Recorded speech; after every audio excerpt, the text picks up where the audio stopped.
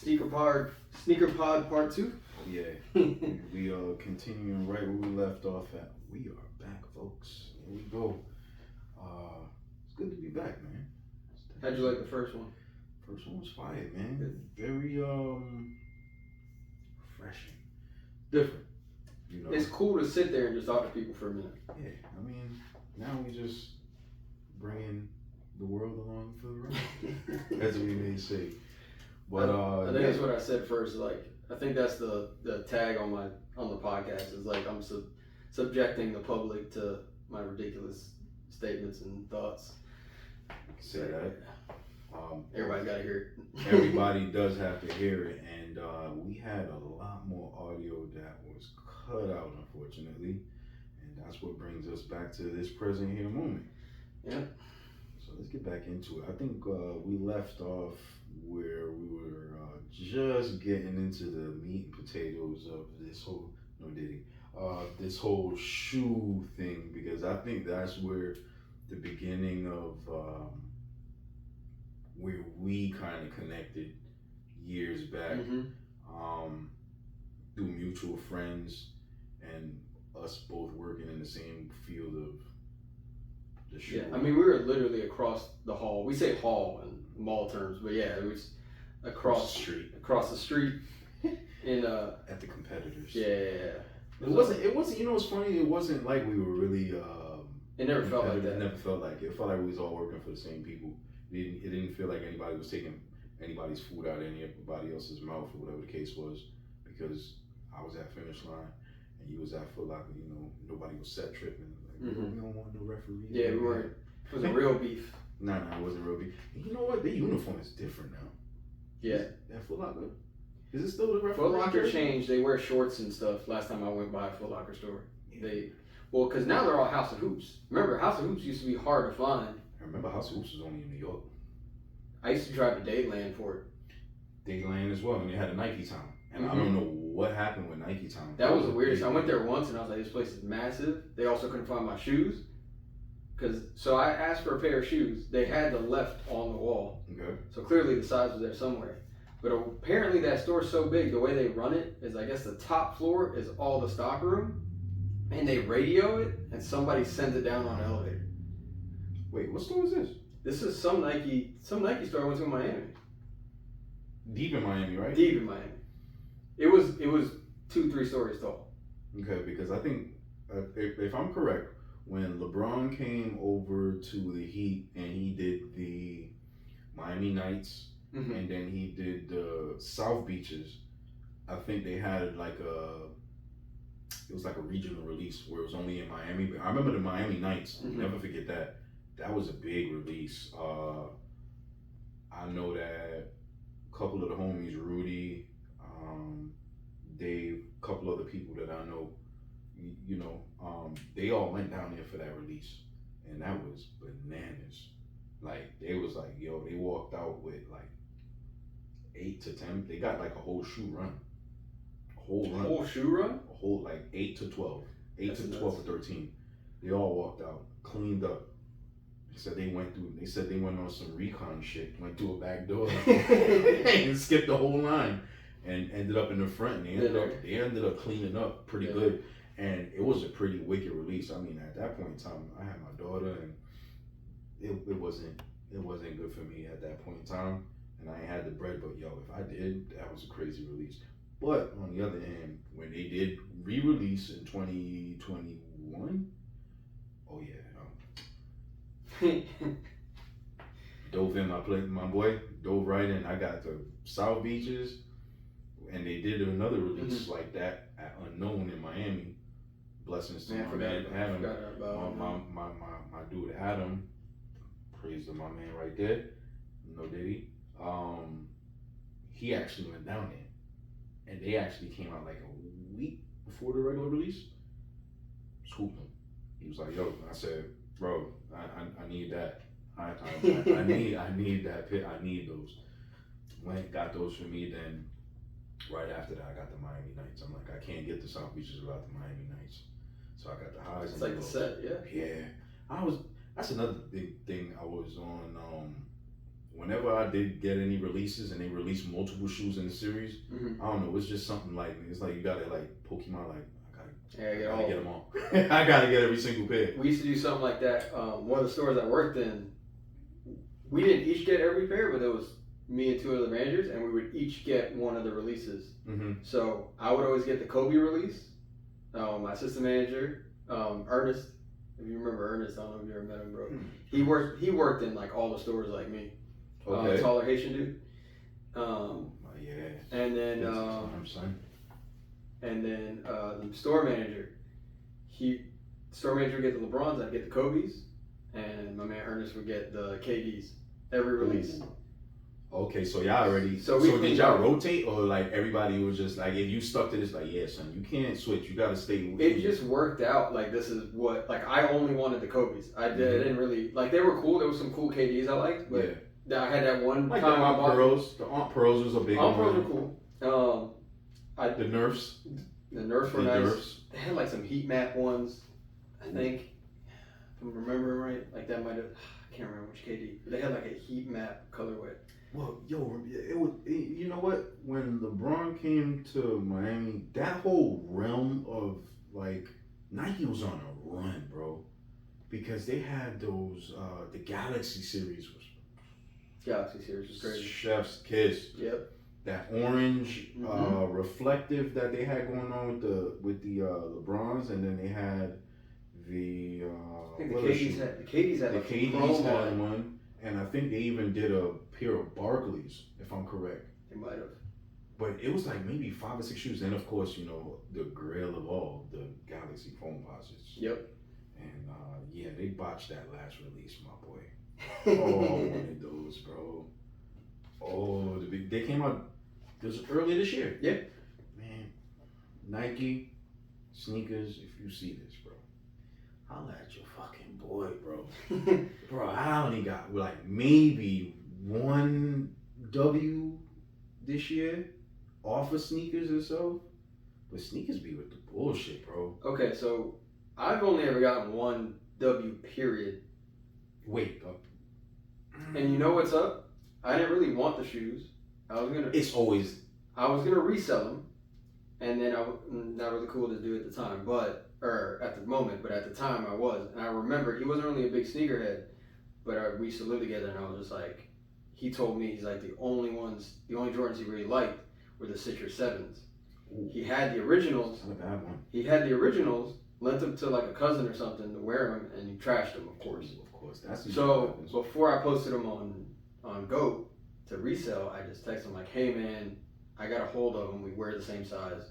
So I was like, hey man, I got size 11 Citrus 7s if you want them. They finally re-released. I never had someone sell me so fast. Like, bro, he's like, how much? Hey, yo, you know, paid me, I shipped it, and that was it. You know what's crazy? Not to cut you off. There's a lot of people where they may not know as much as we do when it comes to the whole shoe thing, but there's one particular shoe like, nah, son, like you know, it's no bars hold. Like they selling their kidney for it. It almost, you know, not literally, but you know, when they see like, yo, these are coming out, like, yo, bro, you think you can get them for me? And usually, out of like some of my other friends, or you know, extended friends, whatever the case is, they know that I'm into this realm of what I do when it comes to the shoe thing. So they be, you know, the first thing, yo, you think you get this for me? I'm like, I'm pretty sure I could source it for you. You know, usually it's a GS release. Yeah. Or, you know, because most of the time the really tough stuff, they don't really know it like how we do. So most of that stuff is like GS releases. So I've had plenty of friends come to me and be like, yo, you think you could source these shoes for me? And it became a little bit of a business for me because I was able to source a lot of shit for people that couldn't get it when it was easier. But now, man, now it's tough. That shit, man. I can't even get a pair from a goddamn store. No, see, it's hard. Like, I mean, I used to help people out. Like, if I could get a hold of them, even if it was like release stuff, if I can get a hold of them, if you happen to be my size and I didn't want them, cool, I got you. You don't need to pay me extra. Nothing, like, dude, I'll buy them for you. But they're yours.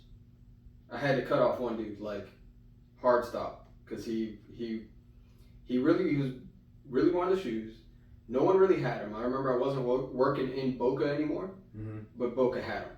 So I talked to the manager. I came down, bought them, brought it to him, and like as soon as I handed it to him, he's like, "Oh man, what you think of these?" And I was just like, "Bro, they're clean. I bought a pair." And he was just like, "You know, I don't know, man. Like they seem kind of like regular or something." And I'm like, "All right, man. Well, you bought them." Bro, he harassed me for like 2 weeks. He's like, "Hey man, I don't think I really want these shoes. Like, can you?" I'm like, "Bro, I can't return these. Like, it's not a thing." So I was really cool with the manager that got it. I covered him a couple times, covered his ass. So I was like, "Hey man, I made up some bullshit. I was like, "Hey man, my mom's married to this dude. The kid wanted him, and now he doesn't want him. Like, he's a kid. Like, help me out. Just return him." I was like, "You'll sell him right away." So he let me slide, but I told him like, "Dude, that's it." That's it. He was like, I told him that was it, and he kept hitting me up for shoes, and I would just ignore it. That's a one and a done, son. Yeah, that's it, bro. Open and close. Close casket. That's why I used to always keep the receipts. Always. So if I hung somebody up, I kept the receipt. I'm like, no, that's mine. Yeah. And I'm like, you're not doing nothing with that. And you know what's crazy? Did you get it on discount? Oh yeah. Oh. If I could. You see, you messed up with the plug, bro. Because you're not supposed to do that. Like, come on, bro. Like, they don't even know the hoops that we had to jump through. Like, we used to get, let's backtrack a little bit. I don't know about Finish Line now, but Finish Line before, and even at Foot Locker, we used to get the 20 or 30% discount. So when the packages came out, the 10s, 13s, 11s, 12s, all that good shit, bro, I was walking out the door, 231. I got every single Me with one. the numbers, bro. I remember the prices. Yeah. It was 231, 36, some shit like that. And bro, box price was like 330. 310 was box price. Yeah, 310 was box price. And it's like, bro, you're getting 2 pair of shoes for two and change. When the 11s and 12s came out, oh yeah, I bought a pair of discount, flipped them shits right then and there. Made profit, bought myself a pair. That's how you do it. And there was one package that got away from me, and I still regret it to this day, was the 7s and the 16s. And the only reason I didn't get it was because I was in New York, and I was working at Finish Line at the time, but I didn't know how I was going to be able to finagle. I didn't even want the discount. I just wanted it. I was in New York. But the problem was, how the fuck am I going to get it back home? Because I wanted the box. I'm big on keeping the shoe boxes. Did they do the employee discount on those for you guys? So, for which one? The 7 and 16? For any of the packages. Yeah, that's what I'm talking about. I got them shits on discount. Okay. The 10s and the 13s, discount. Release date they gave you with discount. On the release date. See, they didn't do that for us. You see, they used to dick you guys. Yeah. That's the problem. 1,000%. Because, Rudy was telling me that they was flagging on some bullshit about that time too. But they gave, I'm not sure about, they started really minimizing it after the packages, but I know that I got let me. So I found a workaround. So I had found a workaround, and lucky for me, I was at a store where the manager was cool. So you couldn't get the discount release date. So what we would do is we would put them on layaway, paid a percentage, and then 30 days in the system, in the computer, it's sold. So we don't have to worry about what we were talking about last time. Where it shows the liquidation on it. It's done. It's sold. So we would put it on layaway in 2-3 weeks, at least within the 30 days. You come back, you cancel or return it, whatever, refund the layaway, and then you ring it out like a brand new sale with the 30%. You dirty bastards. Yeah. I know a lot of y'all did that shit. I did it with every single one. You know who used to do that shit? And I think they actually got in trouble for that shit too. They got in trouble for that shit. Managers used to do that shit. So I don't know. You remember Gary? Yes. My dog Gary. I think Gary got fired because of that shit. Who knows? I don't know. That's just speculation. I don't know. But yo, Him and then Kenan, the tall black bro. They used to I never forget this. Okay. We used to go in the stockroom and there was a whole section. You feel me? They used to have their own section. Yes. And they used to just sit there. I'm like, yo, when y'all going? I'll explain why. So you have your daily sales goals, right? Correct. So, especially Gary was in late for luck. Stupid slow. So, no one wanted to miss their day. No. So, what a lot of managers figured out you could do is, if you put something on layaway, you only pay the percentage as a customer or employee, but in the computer, it registers the entire amount. So if the shoes, say the shoes are $100, I only put down $30. So I put it on layaway. I only paid $30. In the register, we sold a $100 pair of shoes. So our day was up another $100. So a lot of managers at the end of the day, if we were really close, they'd be like, yo, who wants something? I'll put it on layaway. 1,000% not okay.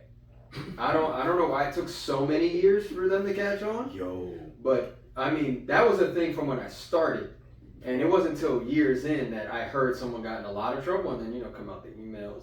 That was one of the few emails I was not responsible for, because I definitely was the source of several emails. Don't do this anymore. Don't ever do that again. Yeah, X, Y, Z. But man, you gotta try it. I was very fortunate, I could tell you that much. Out of everybody else that was at Finish Line, I could definitely say 1,000%.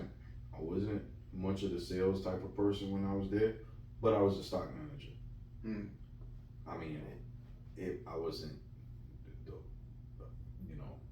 the technical terms, official stock manager, but I was responsible for the stock room. And I used to have that shit top notch. So I always was secure to peer because they always said, oh, the top seller is going to get it. I'm like, I don't sell, so where the hell do I fit in? Yeah. So I made sure the stock room was fire. I made sure that when we had the new releases, they was in one section. You could pull it and go, pull it and go, pull it and go. Make sure that all the stock was there. We was good to go. Every release was without a hitch. It was in the section, ready to go. So I was always fortunate to always have my PR on lock, and I used to always get my shit on discount. And then after the packages, the releases, I want to say in 2009, after 2009, the releases was just went through the roof. They went crazy. Because that's when they would start releasing 11s every year. It started with the Space Jams. Then the Concord. The Concord release was the shit that made it to the news. It was the only non-Saturday release. What? The Concord, or the 11s, when they kept coming out. They came out on Black Friday. They came out Saturdays. They came out Black Fridays. When they first started coming back, it was the Black Friday release. No, usually, remember, they used to always, and that's why they still kind of carrying on the legacy with the whole holiday. Because remember, it used to always be like a Christmas release. And everybody used to get it, and they used to rock their shit after Christmas. And the Space Jams, that was Space Jam year, that was a fire year. They released the Space Jams, and they released the Cherry 12s. Like, back to back. I got them both. And I got same shit. I ended up getting them both. And I mean, I couldn't give up the Cherry 12. And I couldn't give up the Space Jams. It was the first time Space Jams came out in that slide box with the plastic and the shoehorn, the royal blue shoehorn. Yeah, that was man. Then they all started coming like that. And then that's when we got hit with the 175. That's when it was up there. It was up there. That's when y'all started sneaking the price up on us. When one started going from like 110 max to like $90. When it was $90. Yes, you could get them for $90 if it was like a general release, but like retro colorways and like something like a LS release or something like that. 110, 115 maybe. Bro, 160, 190. They're jumping. I'm like, bro, there's no shot. Bro, I remember when 4s. I remember getting fire red 4s with the Mars Blackman with him wearing the hat and it said Brooklyn on it. Yeah. And it had the stamp in the back corner. Oh, I remember getting those for like $110, $115. Yeah, them damn white cement 4s that just dropped. $225. Yeah.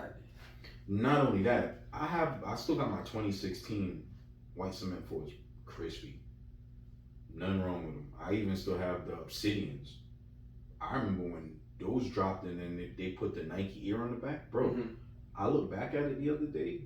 I paid $220 for it, and that was astronomical for me. I'm like, bro, this is 2016, and remember Nike started doing this whole shift. It was like, yeah, we're gonna start putting Nike ear, and we're gonna bump the price up $20. Yeah, just for putting the Nike ear on it. And I was like, it's like, you know, we at the helm of this shit. Like when you once you addicted to this shit the way we are, bro, it's like, man, I don't want to pay that shit. And it's like, man, I gotta have them shits though.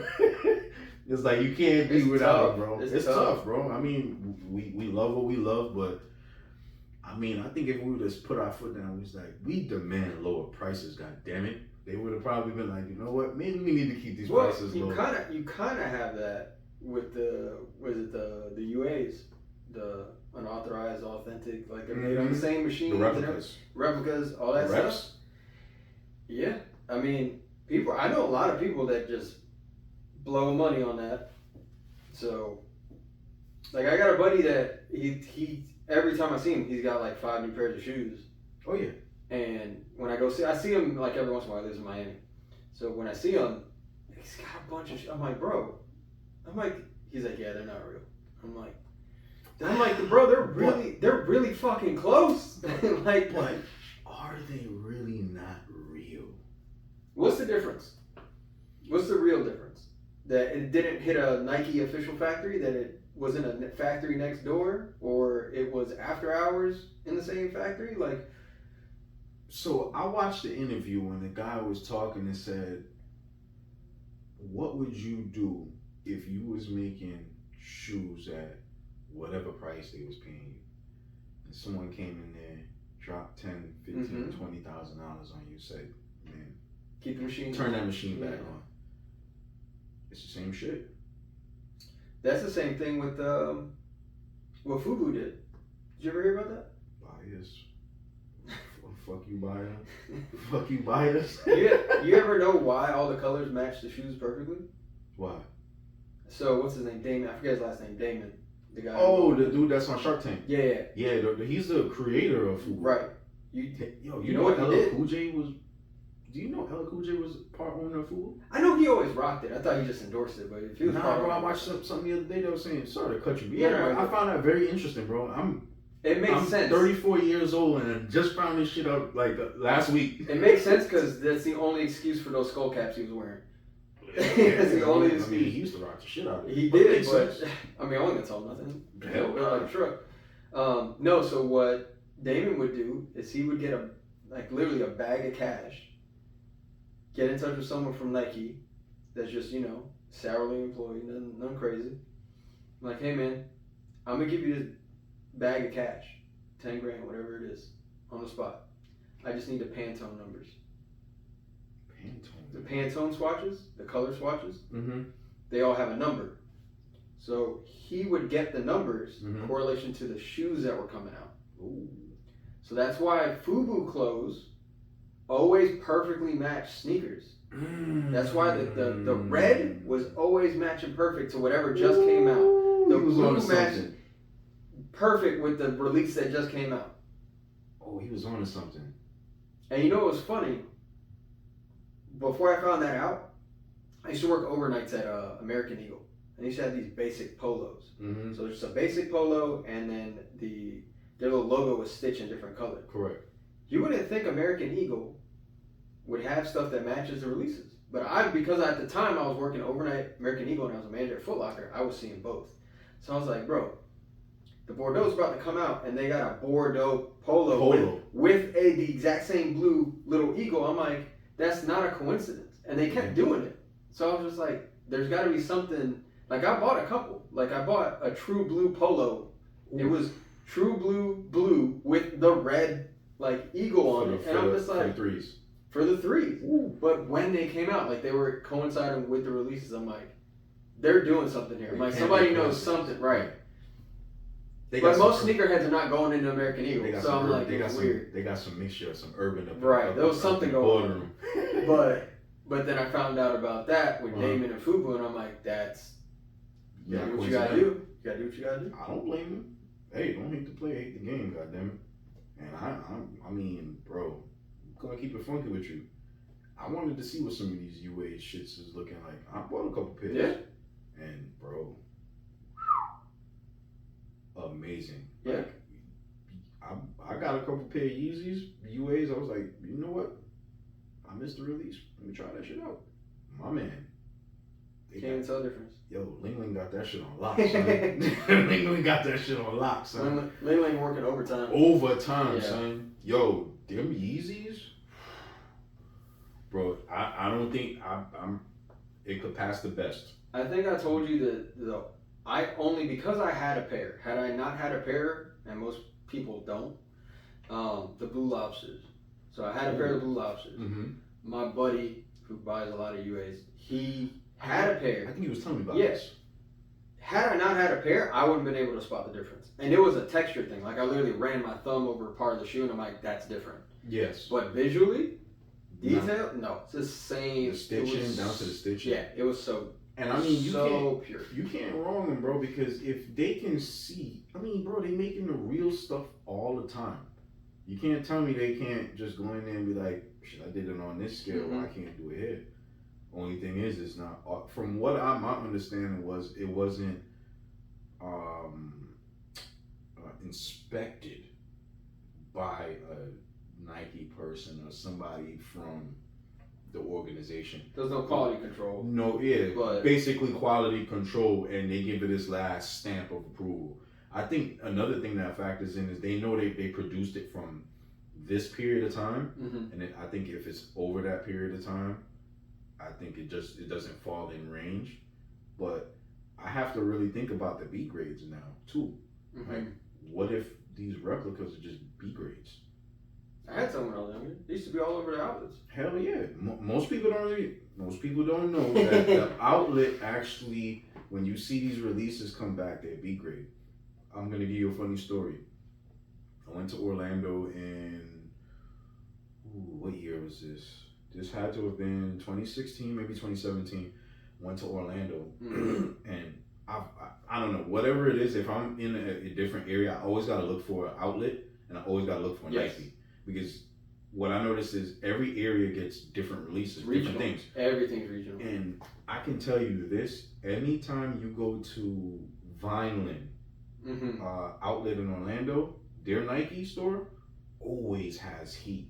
There's 3 or 4 different Nikes around Orlando, and I've hit every single one of them. I went to the outlet one. I went to every single one of them.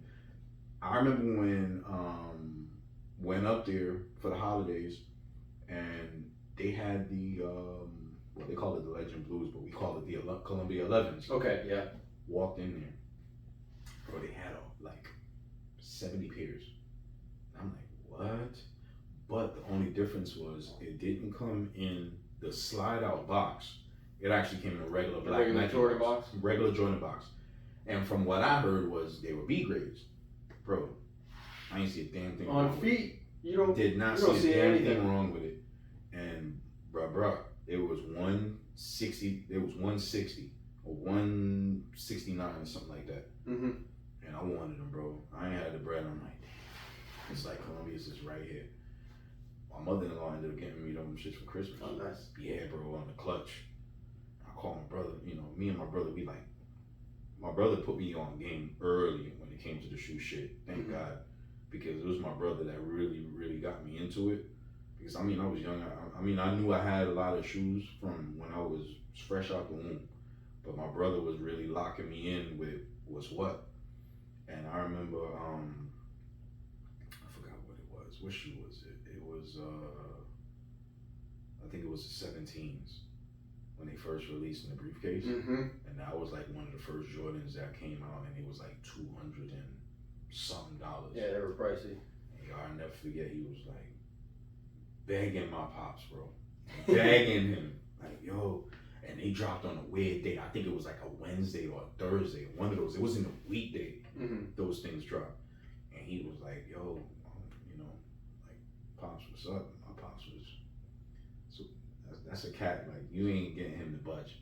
He was like, yo, Pops, like, I want to get these shoes. Pops was like, I'm gonna give it to you in the raw. You know, said money kind of tight right now. My Pops was always, it's like he says that with a gold watch on. You know, and a Louis belt. You hear me? My Pops was, yo, you know, said money kind of tight right now. And never forget it. Me and my pops and my brother. Remember, never forget that conversation. We wanted to get them 17s. Never got them. Oh. But fast forward, the Black and Chrome 8s came out. Yes. Back in the day. My brother ended up locking in on those. I never got them, but he locked in with those. I don't know what the conversation transpired, but Pops definitely came through for him on that one. But he always locked me in on a game and was like, yo, if you're gonna buy shoes, don't buy that shit over box price. And that was one thing that stuck with me for a very long time. If I wasn't getting that shit at retail, I wasn't buying it. So all of them years, so from when I was young up until probably 2017, 2018, everything I got was box price. Every single shoe I got, I was not paying over retail for that shit. So I used to hit on a lot of shit. It's a good way not to get like screwed over by like not only buying something from somebody else, and you're like, listen, I'm not paying.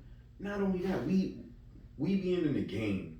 How long we been in the game? It's like, nah, nigga, you ain't sunning me. Like I feel like you getting over on me because I was the one back there pushing this shit. Mm-hmm. I'm not gonna have you come and sun me for more money. Like, nah, bro. Like, bro, it's MSRP, bro. I want it for that price, not for what you charging. Yeah, I'll charge other people, but even back then, I wasn't charging people what people charging people now. I mean, what, $50, $60 over box price? No. That still was pretty reasonable, but bro, they want these kids out here trying to get a goddamn a trust fund out. They want another shoe. Yeah. On top of what they another sold. shoe. Yeah. Man, I seen some crazy ass prices, bro. I'm like, nah, bro, you ain't, man. Listen, bro, get the hell out of my face. Got me spending a rack on what? Man, nah. You must be smoking dick. You must be not me, bro. And it's just crazy. It's just crazy, dude. The way the market is now is like everybody's going off of StockX inflated prices. Like StockX. Oh yeah. You know they got these for. Yo, shut the fuck up. If you're gonna say StockX, bro, just stop. Listen, I don't want to hear that. I knew StockX was a big ass scam years ago when I heard they sold sneakers and purses. I said, this is digital Canal Street. We're not doing this. He said digital Canal Street. Yeah, I'm like, we're not doing right. this. I never touched StockX, and then one thing after another just comes out. It's like, yo, sketchy shoes. I got a pair from StockX. They're fake. And then they got the Nike lawsuit that the Nike just won. Bro, I remember a video a couple years ago. Some dude was trying to prove the point. He bought a pair with just plain white forces on StockX, shipped it to him. He opened it. He was like, hey, this is brand new from StockX. I'm opening it now, and I'm boxing it right back up. And then he posted it on StockX to sell. Someone bought it, sent it out, and then he gets a notice from StockX saying that he shipped them fake shoes. And on top of that, they charged him like a fee. Back charge him like $200 something. And he's like, this is a pair I just got from you. StockX has always been a scam. Got to be more careful. You hear that, ladies and gentlemen? Got to be more careful. That is wild work.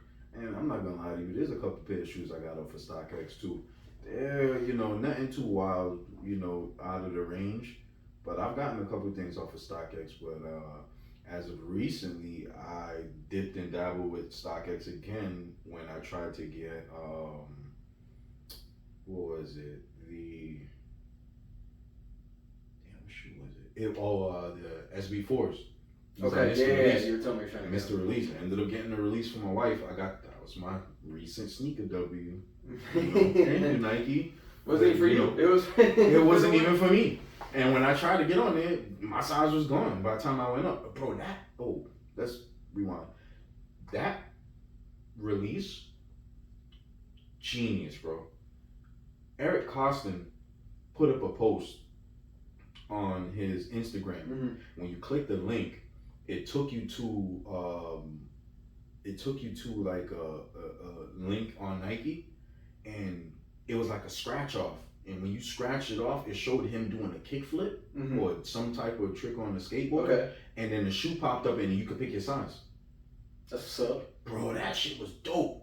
Dude, they always do the dopest shit with SBs, and because SB is always different. Right. It's always they walk their own path. And I think their path is way better than any other shoe. How they've managed to keep, because we talked about this before, they've kept SB, how they operate and how they run that part of Nike. Correct. The same.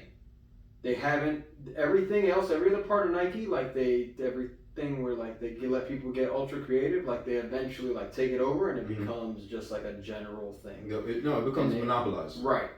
And I was like, somehow they've been able to keep SB what it is, and it's like they give them their free reign. They do, and it's appreciated. They don't step in on their creative thinking or their outlandish, like out of this world thinking.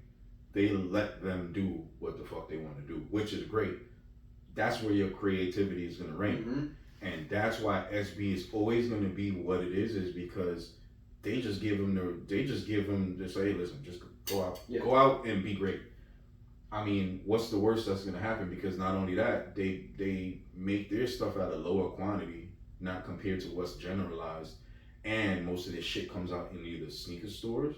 In skateboard shops or surf shops, and then whatever comes out on sneakers. So if you can't get it from those two outlets, you pretty much that's it.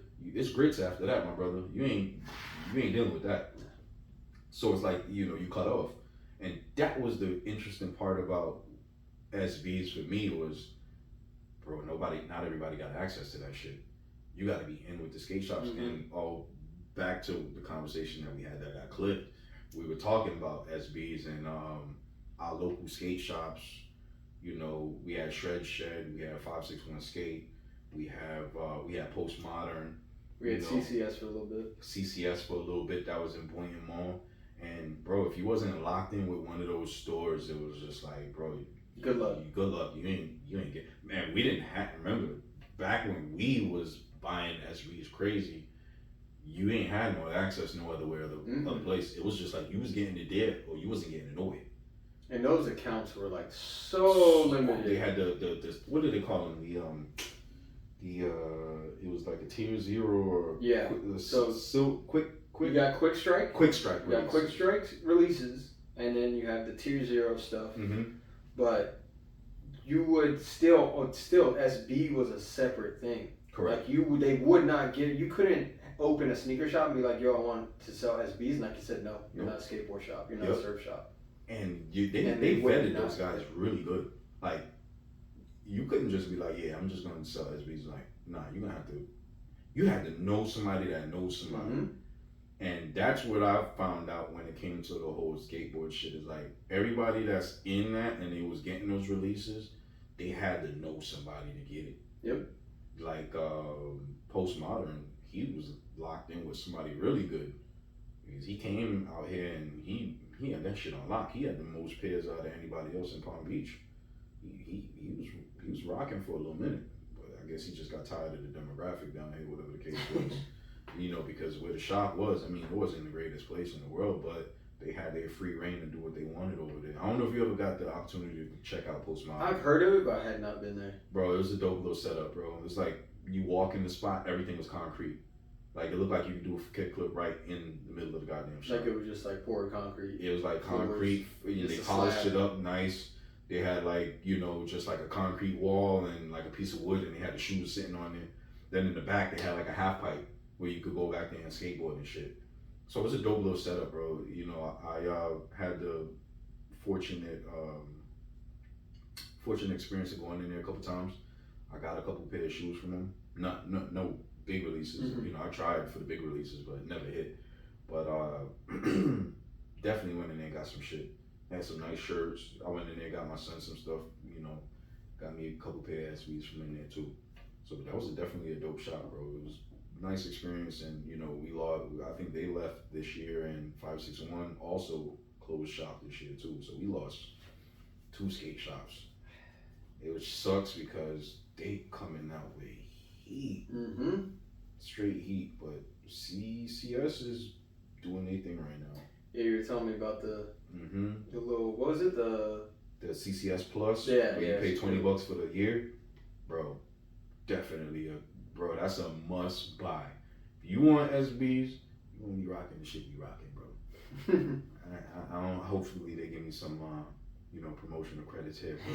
But CCS Plus, bro. I advise it to anybody. I hit two pairs already on that shit. It's better than Nike. I'm already making my money off of that shit. I got the Haleys, and I ended up getting the Matchas. Oh, those I missed out on. I was so close to just pulling the trigger about them. I was like, let me not. That's oh my god. And I got both pairs. The adulting just in the back of the brain. It's like, you know what? Just, you know what? Take care of what you gotta take care of. You'll be able to get it at some point. Yeah, you might pay a little bit more, but if you really want them, you'll get them. You know what? But this year I told myself I was gonna take a chill pill. Last year I didn't really get too much release. This year I was looking at the lineup this year and I'm like, bro, I'm gonna go broke. I'm gonna You're like, oh, this is the year. I said, this is the year. I ain't gonna lie to you. I ain't gonna hold you. I was like, bro, I kind of skipped out on a lot of releases, and this year I was like, yeah. Oh, you know what I was gonna say? The CCS thing reminded me. So, I'm sure most people know about it now, but I remember when I was in college, people did not know about it. And I was lucky I went to school in Boca, or college in Boca, so I was right next to 2 of them. What, CCS? No. So this, when you talk about CCS and like being like a low key thing, when I was in college, Nordstrom got sneakers. Nordstrom got releases. Nobody knew that. What kind of releases are we talking about? Like you would get some, like a handful of Jordan releases, some nice Nike releases, but like releases. And there was no line because no one went to Nordstrom for them. Fuck no. Number 2, they built a Nordstrom Rack, which is basically like their outlet store. Yeah, it's like the outlet store. Bro, the amount of Asics I went in there and got, like gel lights, and got in there for like $40-$50. And gel lights are expensive. Nordstrom Rack. Really? Bro, that was, it was like a high end, like you go to Burlington and you're like, you find some gems, right? Correct. It's the high end version of that. Well, you know what else? Too that I seen that got some stuff here and there. I remember when the Raptors came out and they had like B grades in TJ Maxx, Marshalls. Might have. Yeah, I've seen a couple people tell me like, yo, I went into Marshalls and like they had like the 7s in there, and also it was crazy. The stained glass SBs. Yes. They were the concept SBs. They had like a low top one which looked like it was like white with like it looked like literally like a stained glass, literally. And then they had a black high top one, and the actual flaps on the side were clear, but the whole shoe literally like a stained glass. Bro, I remember buying those and they were like $130 or $40. I was utterly upset when I seen a post floating around with those shits on the shelf at TJ Maxx for $70. They sat. Was it TJ Maxx? It was somewhere I walked in. I think it was TJ Maxx. TJ Maxx or Marshalls or Burlington. Burlington, depending on which one you go to. Bro, where was it? When they opened one in Boca, it was like Glades and 441. This was like 7-8 years ago. I know which one you're talking about. That was how, so when I first had my son, I stayed home for a couple years. That's how I made a little bit of pocket cash. I would drive down there and buy the stuff off the shelves. And flip them. Bro, I went there once and they had like, remember when the all red, like bright red, varsity red suede Tims came out? They had them sitting there. I think they were like $90 a pair, and they had a bunch of pairs. Bro, you just sell them for retail, you're making $34. Because Tim's retail is $190. $200, something like that. Oh, there we go. That's the alarm? Yep. So we gotta cut it. All right, let's see what we got. All right, so we're to come back for a part 2 and probably a part 3 because we got a lot more to talk about this stuff. Oh, yeah, we do. Thank you. We definitely and, like and subscribe. I'm Mark. Hit that like button. Hit that like share button, and we're going to keep the content rolling.